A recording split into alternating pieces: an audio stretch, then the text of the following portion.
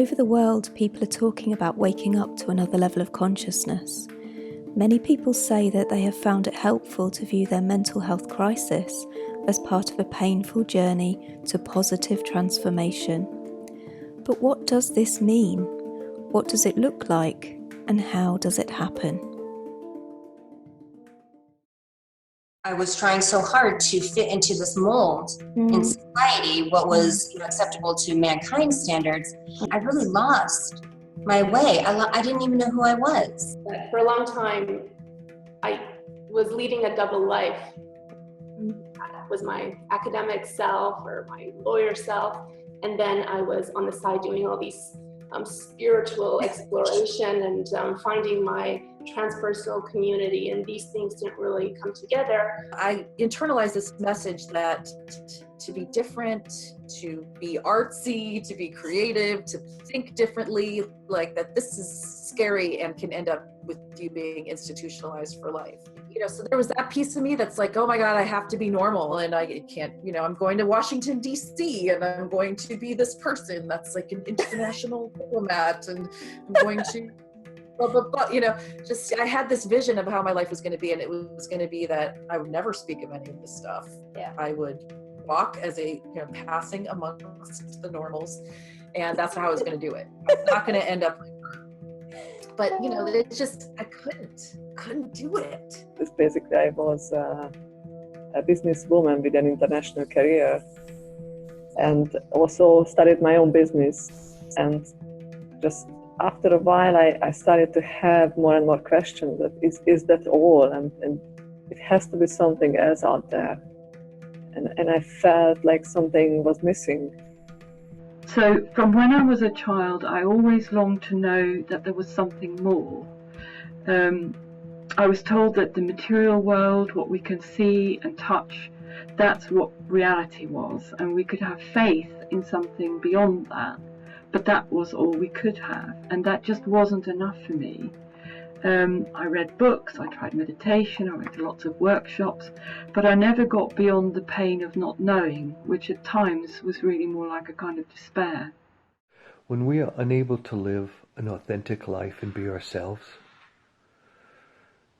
it leads to a life of depression, anxiety, addictions, acting out, repression, and suicidal ideation. I'm familiar with all of those. That's how I've lived my life. That's how I've survived until now. But when I look back on it, the thing that started it all off, in that first year where I was deeply, deeply depressed and unhappy, and it was a horrible place, and I would never want to go back to it. But on reflection, in a way, it was the best thing that ever happened to me as well, because it was that process of going through all of that that really helped me find meaning to my life as well. And it just awakened me, literally awakened me to things that I would never have given the time of day to before.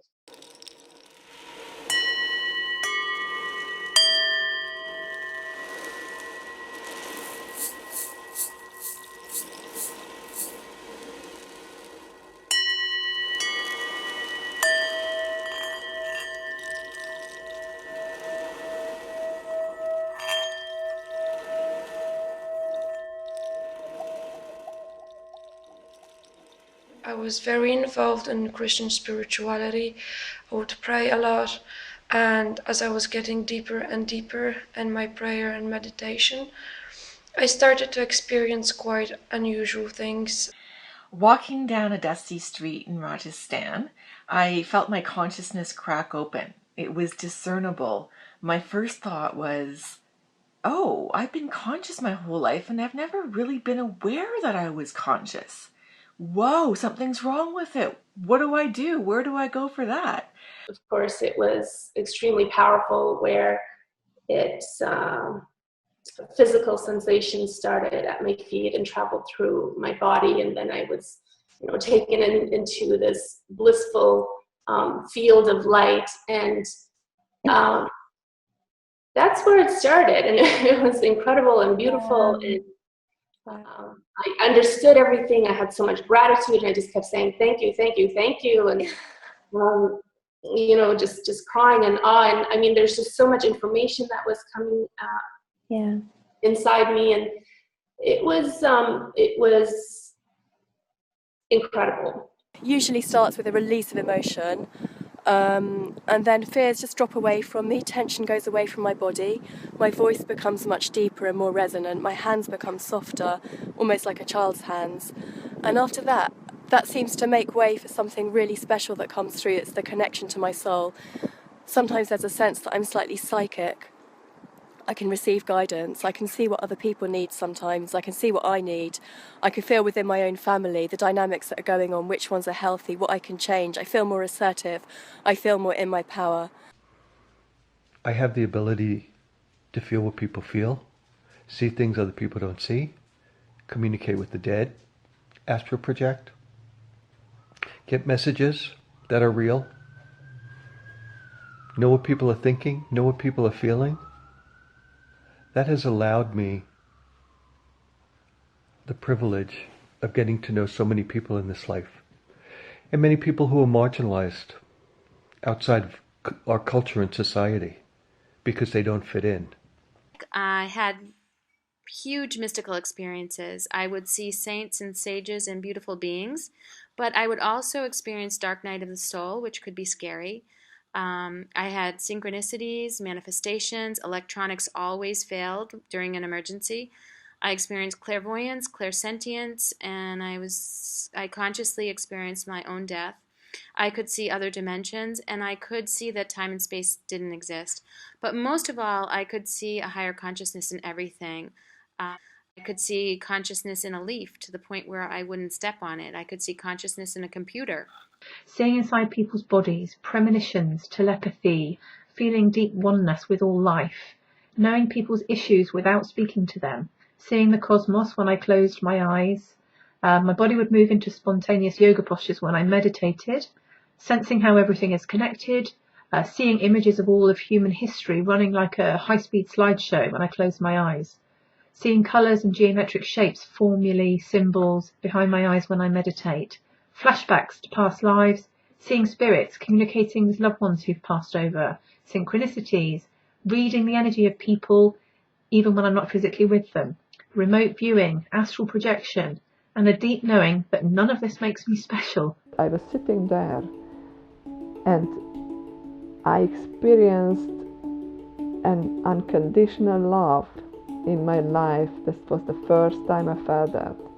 A huge compassion towards everybody and everything in this world. And it lasts, I think, like 6-7 months. I was in this state, what Adyashanti says, a spiritual honeymoon. And then day by day it was fading away, and I found myself in the deepest, darkest night of the soul experience. I was deep down, I was in a no man's land, and I had nothing to grasp to or hold or relate to. Literally in just one moment, so I was in this very kind of unstable state, trying to make sense of the world. Really just, I had epiphanies of feeling deep interconnectedness with the world, with other people, but at the same time feeling a deep sense of suffering, just really feeling it within my own being, and also an awareness of it in others that I hadn't really had noticed before, just the kind of existential turmoil and suffering that I think we all have to work through. Yeah. And it was just hitting me, and I was just in a real kind of shocked state.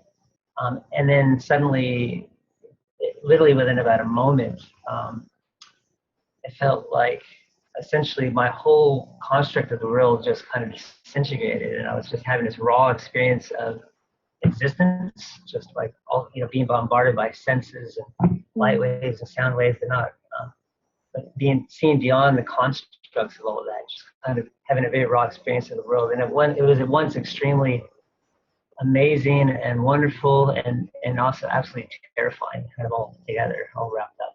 It kind of really catalyzed something in me, an incredibly beautiful experience when it first opened, and I was in 2 days of bliss. It was absolute, like a full body orgasmic experience. It was just incredible, and I thought, what is happening? In fact, it was probably get to the point where it got too intense, But then it was just like, wow. Everything looked sacred. People looked sacred. I was full of love, and it was an amazing experience. Then it started to slip down, and I've always questioned, well, that's what took me on a journey of self-awareness and discovery after I'd got through the experience, because it's a little bit like, I'll say a little bit like my ego was quite fragile, and when you have a powerful experience like that, it couldn't hold it. I mean, I was hanging on for a couple of years, about the best part of 2 years, to get through that process, with just all my repressed shadow experiences coming up, really quite horrible impulses, violent thoughts, extreme emotions, panic, all flooding up, and I had no sense of how to get through it. There were times I felt so shattered that I thought I would never work again. I felt like an amoeba on the floor, like I had no boundaries left. I felt like a leaf in a hurricane. I just had no orientation in space and time, and my reality had shifted. I was vulnerable, I was helpless, and I thought, am I dying? Am I going crazy? All of a sudden I heard a voice, and I turned around thinking somebody must have just said that, but I was on a deserted beach in, a very cold spring. So I was mystified, but the voice that I heard said, become a healer. And so immediately I knew what that meant. It meant that I was a reincarnation of Buddha. And right away after that, I had another flash that I was also a reincarnation of Christ. And this is very, very, very naive, but it reflects my level of understanding of the nature of religion at that point in time for me. In my mind, Buddha had created a religion for the East, and Christ had created a religion for the West. And I was going to create my new mission as a reincarnation of them was to create a new religion that would be global. And it wouldn't be long before people would recognize kind of like this new religion and me as like a messiah for this new religion.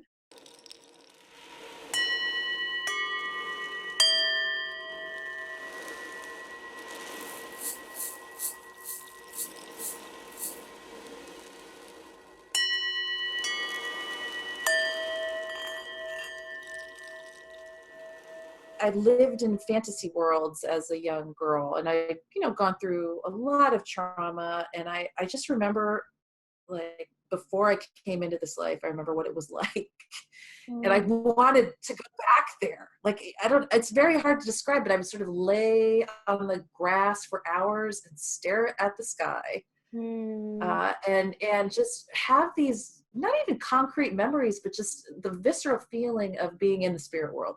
And the beauty of that. And I was like, what am I doing here in this this body? And why? For me, it started with a car accident when I was 21, so several years ago now. And it was also the first time I'd experienced a dissociative state. So I sort of dissociated in the accident, and I didn't have a lot of memories from it. And I spent the better part of about 2 months or so, like, not really walking or doing much because I had shattered my pelvis and I broke my jaw and I had collapsed lung and torn liver and broke some teeth. It was, And it just it was about a 7-year recovery process. Like, I had chronic pain for about 7 years. And in that time, I really started feeling like I was losing touch with my sense of self. I was very young.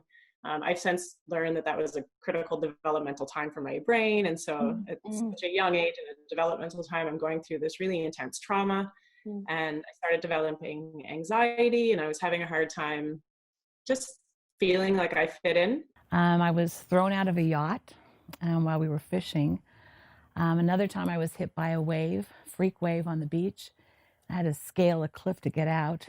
There was also a time when I was ambushed by guerrillas with AK-47s. A bomb went off while I was getting into my car.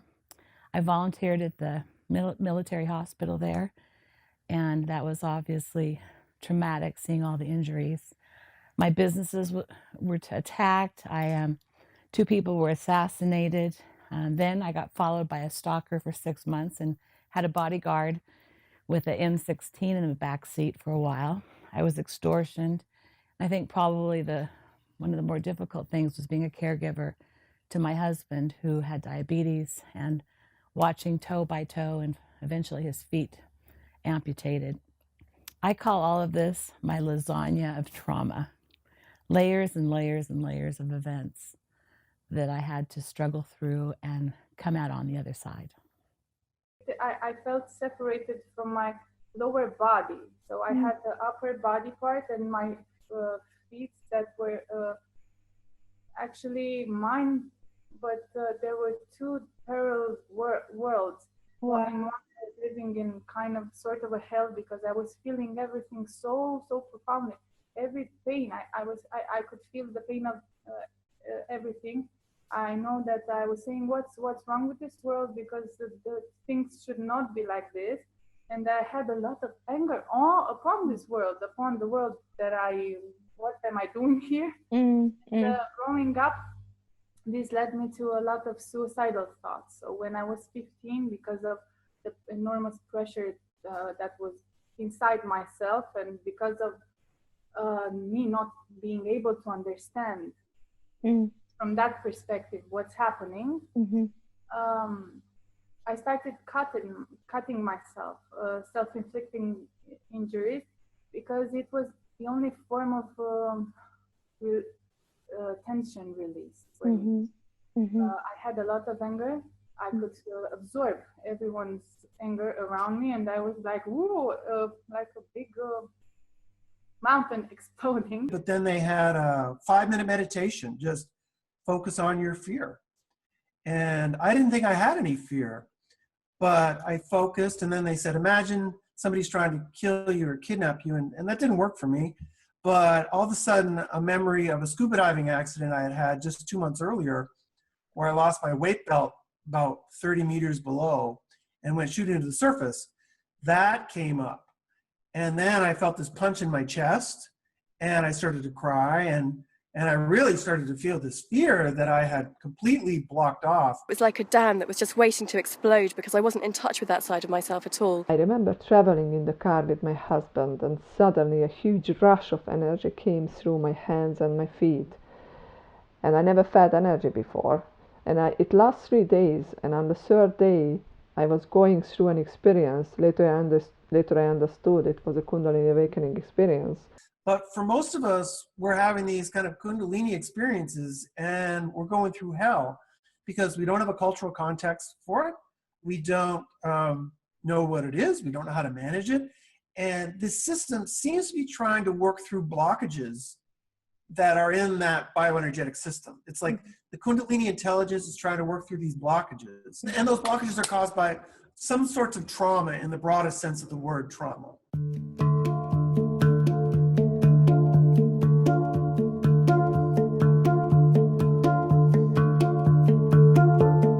Many people report how these experiences can become unmanageable and lead to the need for crisis support.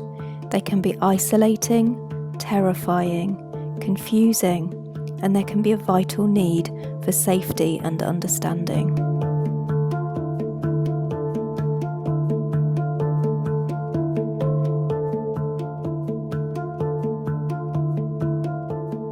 In terms of experiencing deep emptiness, deep bliss, deep peace, became out of control in a way that I started to lose my sense of who I was completely, and thought that maybe I died, or had a psychotic break, or was in a kind of manic episodes, because my moods and experiences would swing so much from really, really high to really, really low as well. So I was really scared at the time that those kind of experiences could be, pathologized, or I might end up having to, be in a mental institute for a while or something like that. I experienced hearing voices and seeing spirits that were with people that other people didn't see. And I was labeled with mental illness. I was hospitalized on several occasions, and I was put on tons of different medication. The Western world, the medical world, didn't understand what was happening with me. I would also start having visions. I would see angels and God and devil, and it became extremely intense to the point when I couldn't function anymore and I got very deeply depressed. And that's when I sought help in psychiatry. And soon after that I got diagnosed with mental illness. And because of it I was heavily medicated with antipsychotics, antidepressants, all possible pills out there really, and it got me very unhappy. My energy was very low and I lost 1 year of my life because I would just isolate myself. I wouldn't go out because I was so scared of what was going on with me and because it was so negatively labeled.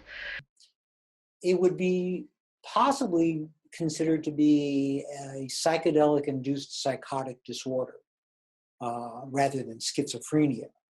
Or it could be considered a brief psychotic disorder. It doesn't meet all the criteria of the current DSM for schizophrenia, but it certainly would meet the criteria for some form of psychotic disorder. So I'm aware of that, and yet I'm also aware it was my spiritual awakening. Now for me, when I had my spiritual emergence, a lot of it was extreme to the point of being diagnosable. Yeah. I had gone that route. Yeah. And I sought out different avenues of assistance because I wanted to understand what was happening to me,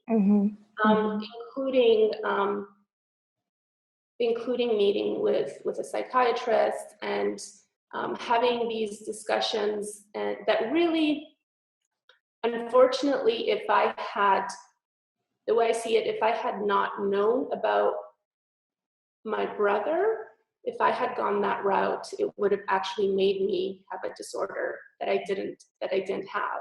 But because I knew the kind of damage that it could cause because of my brother's experience, I just refused to accept that. Why is there so much fear around these experiences being labelled as mental illness? And what are the potential problems with doing this?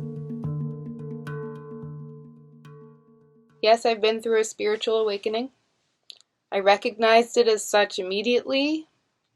The hospital that I was taken to didn't quite recognize that as such. They drugged me heavily, even though I was very much willing to get help and sought it, and sort of abruptly took me from my home and traumatized me and my family.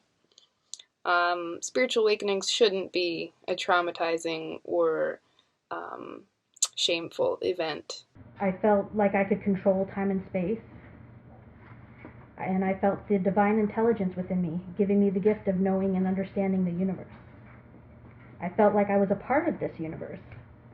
It was amazing and magical and sacred. When I got put in the hospital, I felt spiritually raped of being in touch with my soul. I felt so lost, and because the doctor diagnosed me without hearing my point of view, I had lost my voice. Persons that experience any kind of violations of their rights and agencies, that's a trauma. Yeah.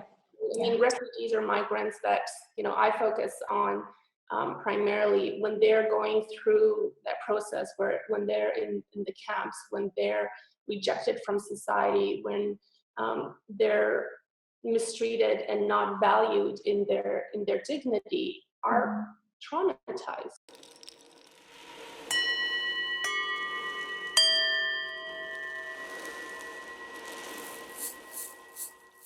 When I picked up Groff's book, The Stormy Search for the Self, and I read about spiritual emergency, I was like, well, this is it. Everything that was in that book was what happened to me.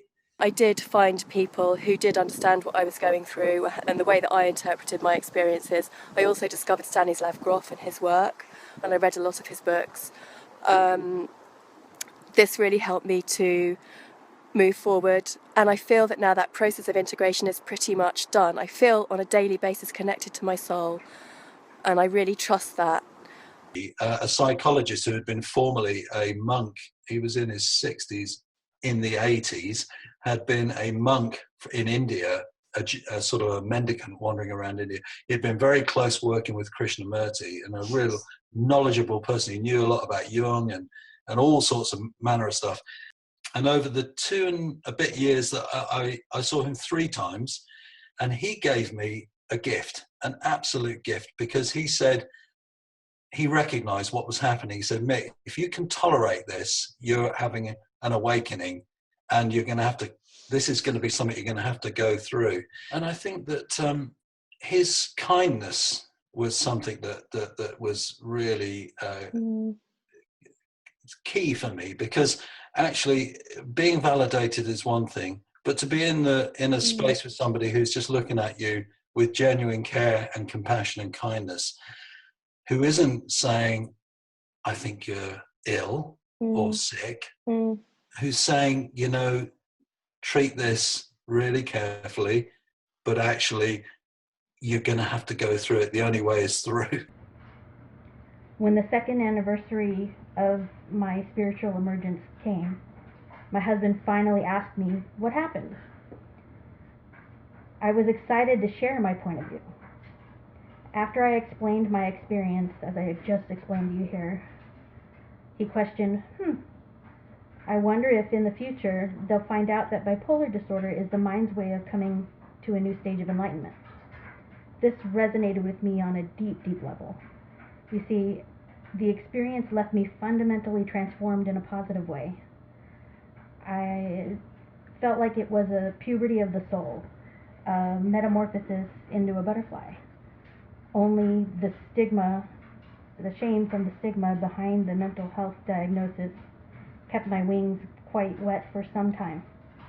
I had to learn to deny my experience to the healthcare professionals, deny something that honestly you and I both know, really, if we're allowed to embrace those experiences, you know, embrace that near-death experience or that non-ordinary experience that someone else has and talk about it, that is the most incredible tool of healing. This is very important, to normalize experiences, to celebrate the value of them, and to give a voice to all the people like myself who experience things and go through challenges of trying to explain them to other people, finding community where we can share and navigate our journeys, and to bring forth the benefits of these experiences. With guidance, it can be much more easier. The period of time can be shorter, because when you have someone beside you that understands you and validates you and say, oh, don't worry, you are okay, you're not losing everything, you're just transforming yourself and it will be okay. You can relax.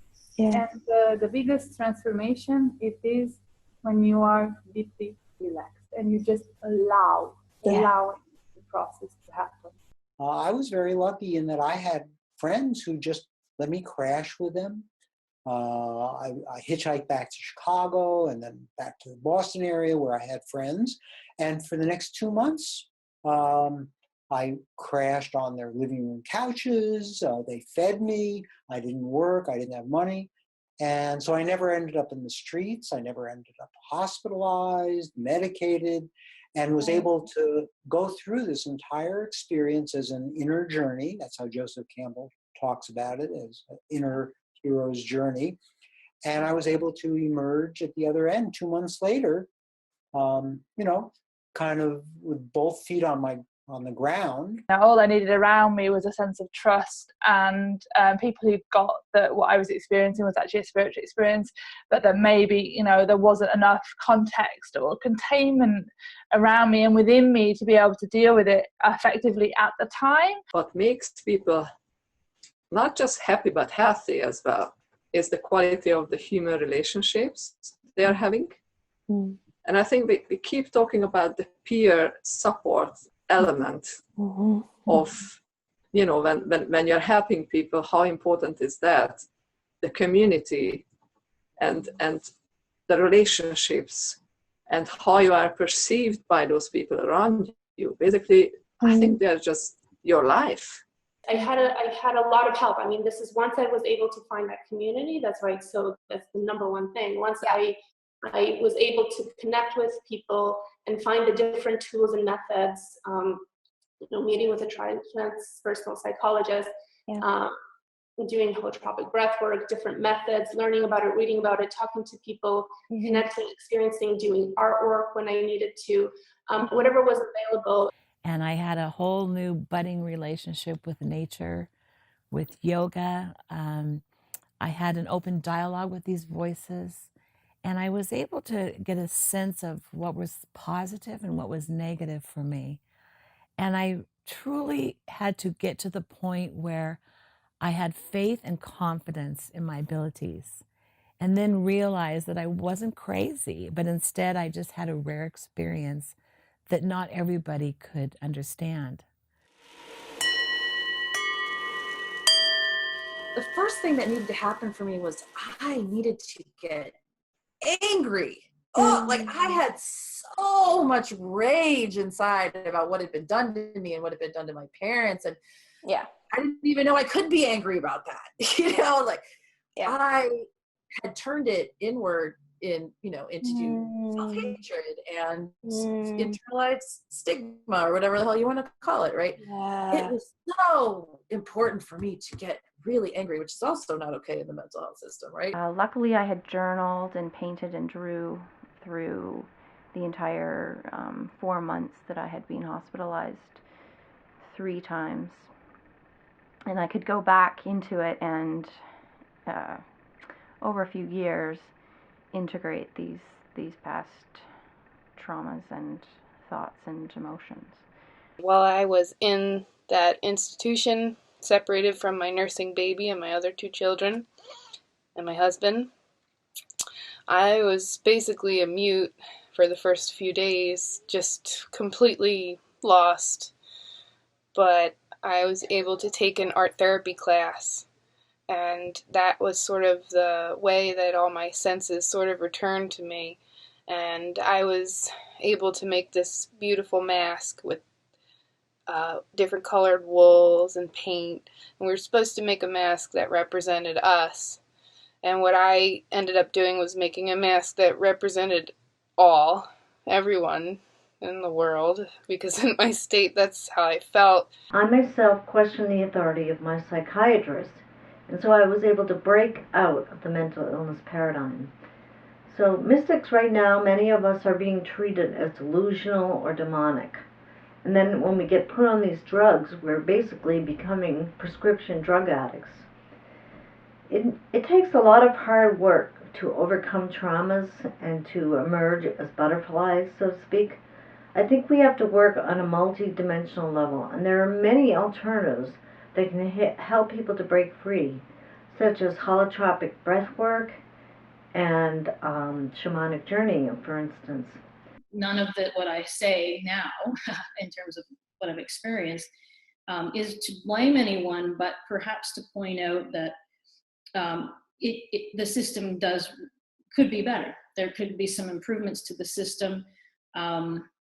Had some of it changed, and I actually received some shamanic assistance, some true, direct spiritual assistance from somebody who understands spiritual crisis. I maybe could have reduced some of the trauma. And then I met a spiritual teacher of mine, who took me on a journey and told me that I wasn't sick, that I was actually a gifted person with gifts from my ancestral lineage, and that I had a calling to become a healer. And so now I am a Sangoma. I have turned those haunting voices into beautiful, gifted, angelic voices that are my guardians, that are guardians of others that I can tune into to help them in their daily lives. My key to recovery was having the understanding from mentors and teachers and other people who were spiritually mature to know that what was happening to me was a spiritual awakening. and that I needed to embrace this and understand it and come to some kind of a congruent place with the voices that I was hearing. I did a lot of detox work with my body. I released a lot of toxic thoughts and toxins that had been buried in my cells and my tissues. I did regular therapeutic massage with intuitives. I did daily meditation. I had proper nutrition. I worked with Ayurvedic specialists. I had an understanding then through mentors of the spiritual realms. I learned to create my own sacred space around me. I really learned to live in a spiritual world, with a spiritual world around me. I developed safe relationships with the spirits and the voices that I was hearing. It was acceptance there. It helped me accept what I was going through. Not label myself as being crazy or something, because that's a difficult part. When you're labeling yourself, you just go deeper into depression. For me, there, just contain without judging it, without anything, but be present. I did not even need touches, or just be present there, and that's okay for me. The person that's holding the space for you, because that's what it is. It is holding space for the other to manifest and to heal the wounds. It's the beacon of light, so you can dive inside that pain and you can come out.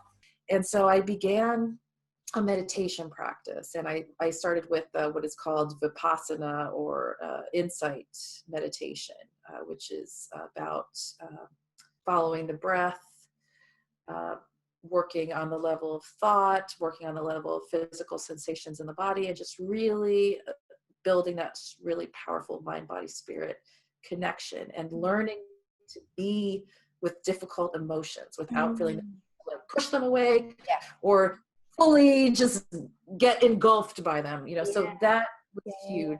But it was really the loving kindness practice, or what is called metta meditation, caused me to have a huge opening around healing my past. That girl inside of me who wanted to die was still in there, and I had not befriended her. I didn't want to acknowledge her. I was like, I'm better now. I'm activism kicking in. I'm going to fight for this stuff. Fuck all of you. So I didn't want to acknowledge her, and so through the practice of loving kindness, that brings up all your stuff that you don't want, that you don't love. It's all this loving kindness. It's so lovely. No. It brings all your shit like woof. And I just remember I had this moment where I just was in the hall. I got up, I left the hall, and just sat on this hill, and I just howled for her. I howled for the pain that this girl felt, and was able to befriend her. And that changed everything. So I ended up meditating like my hair's on fire. Basically, I just became extremely diligent. I had to make peace with these deeper truths that began to unfold in my work, essentially really, really seeing the interconnected and permanent nature of the world, and how the sense of ground and solidity and stability that I had taken for granted was actually really kind of an illusion, and I had to actually make peace with a much more deeper truth of the world as being far less kind of grounded and far more impermanent and unstable. And so I turned to my body. So actually, I was fortunate that I was able to resource myself because I had some really good resources. So I didn't have to go to the system. I didn't have to go on drugs. But nonetheless, it was still extremely terrifying for much of it. I was having panic attacks. I was having extremely wild belief systems within my mind that sometimes I mostly managed to keep an observing sort of witness to all of that. But sometimes I'd get a bit lost in them. But mostly a mindfulness practice helped me maintain a observing kind of presence for all of that, and bit by bit I made peace with it, worked through it, and kind of came through the other side recognizing that I'd actually gone through this profound healing process. And it was interesting because part of me the whole time, if I went online and went through Google, etc., I'd be like, okay, you have this brain disease, it's probably called schizophrenia or schizoaffective disorder or something like that. And I just was like, you know what, I can't even go there, because to think that there's something broken about my brain is just, I'm so fragile right now. It's just that's gonna create a self-fulfilling process, essentially. Yeah. So I had to trust that there was a deep healing process, because I could feel that all this early turmoil and trauma was kind of emerging and flooding me, along with much more sort of transpersonal experiences. I could feel that my being was trying to heal that. I could feel that happening inside of me. And so I just said, okay, I need to trust this process.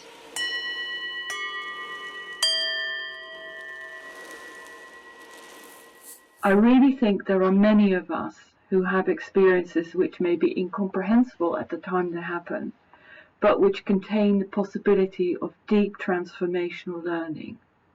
They can help us go beyond the limited ways we have been taught to experience ourselves and the world. People do come out of these states and they integrate on a better level, and their lives very often become better. Mine has. I have written a book about these experiences, and I see myself as a much happier person than I was before my crisis. I've had a number of spiritual awakening experiences. These are really important to me. I feel they've guided me in my life. They've connected me to my soul and to something beyond what we can normally see. And I prize the extreme states very highly. I value them. I think there is so much to be gained from these extreme states, that they put us face to face with parts of being a human that we don't experience otherwise. And if properly supported, we can gain a lot from them. They're ultimately experiencing more happiness, more peace, more connection with all of life. So I'm really happy to emerge proud today and to share that with you all, to give you hope if you're in a similar experience. But actually, you know, the difficult experiences can be very temporary, and with a bit of support and guidance and grounding can become the most wonderful experience for your life, of actually waking up to more of who you really are. I feel like the profound experiences that I've had of connection and harmony, and also challenging experiences of difficult visions and experiences, are all part of making me who I am, this profound sensitive being, open and aware of the preciousness of life. What I find interesting about it is that although if I find that, you know, you have your initial breakdown and crisis, and at times it can seem pretty chaotic and pretty messy and a really bad place to be in, but for me, over the course of how it's developed over the last few years, it seems like the kind of state of mind and the place that I'm in now is a much more healthier place with a, you know, much more sense of well-being and contentment with life, and just a whole new perspective on everything. And so it's like, to me it seems strange, you know, that everyone would be trying to avoid and shut down all these kinds of processes that go on in people, because I have seen personally in my life that I'm in a much better place than I'm in a much better place now than I ever was before any of this all happened. So for that reason, I think there's great value in it. I'm very thankful that I have been able to break out of the box of mental illness, and that I have emerged as a baby shaman. It's been a difficult path, and in Robert Frost's words, it's a path less traveled by, but it's made all the difference for me. And basically, I found a new life purpose. I found a new life purpose to help others who are going through this experience, because there is a big opportunity in that process, a chance, an opportunity for a transformation. And that's one of the main reasons why I think to normalize these experiences are really crucial, because these people, we are the chance for a better world. I wonder really how much of mental illness is truly just a spiritual awakening. Are we all breaking down so that we can break through?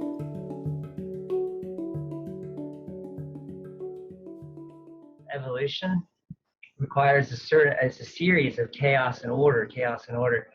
And so in order for when a current order or system is no longer working, it doesn't just simply, do a nice clean transition to an adaptation to better order. It generally has to go through a process of kind of disintegration or chaos, falling apart, before it can reemerge into a more adaptive order. And so it's kind of this series of chaos followed by a more adaptive order, et cetera.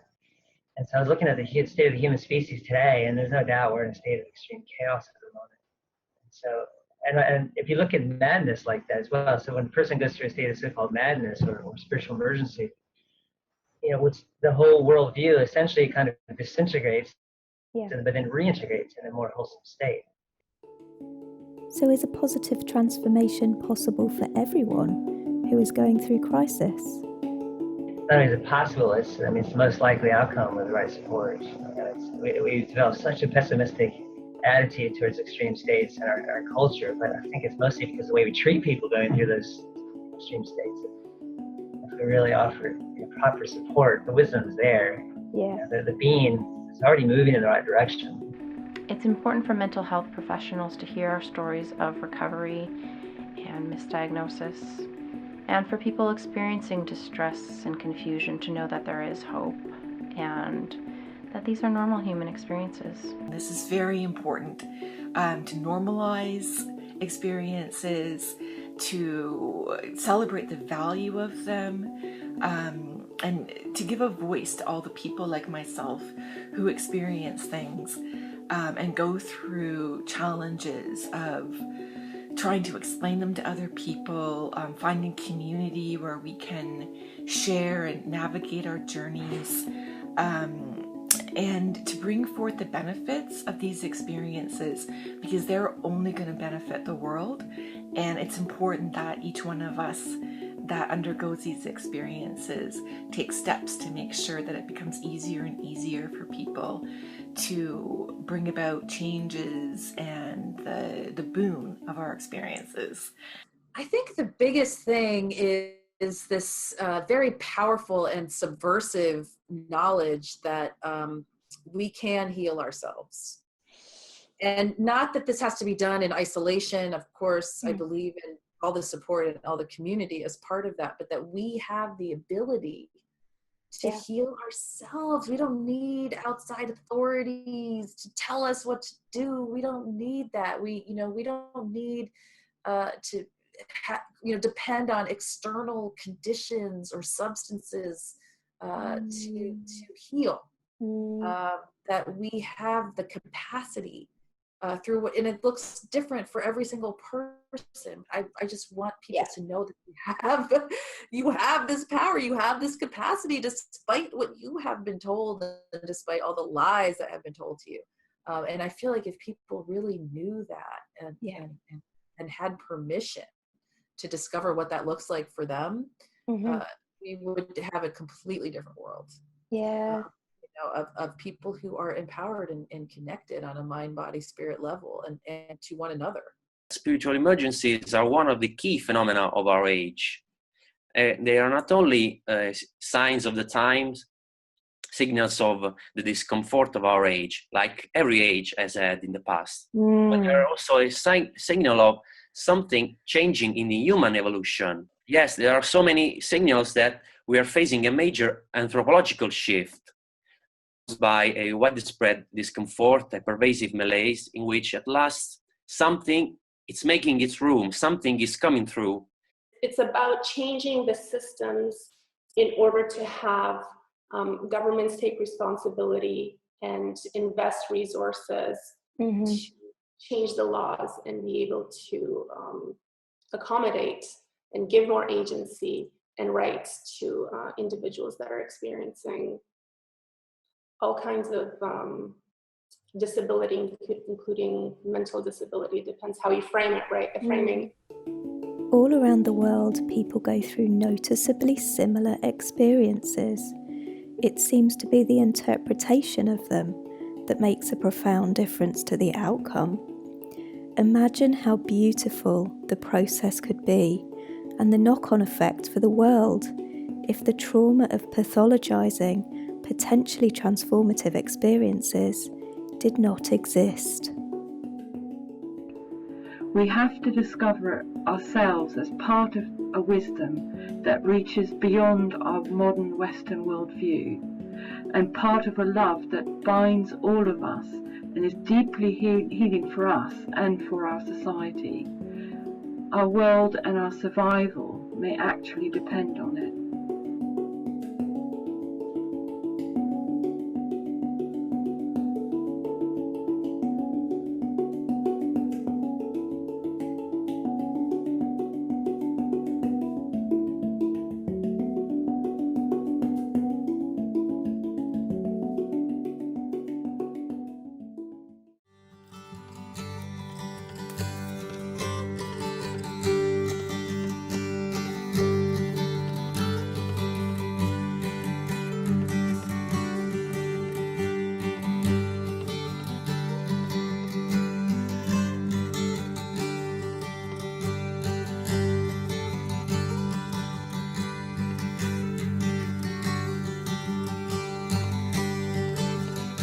And when the flowers die, the seeds are buried in the ground. And in the springtime, new fields of life will abound.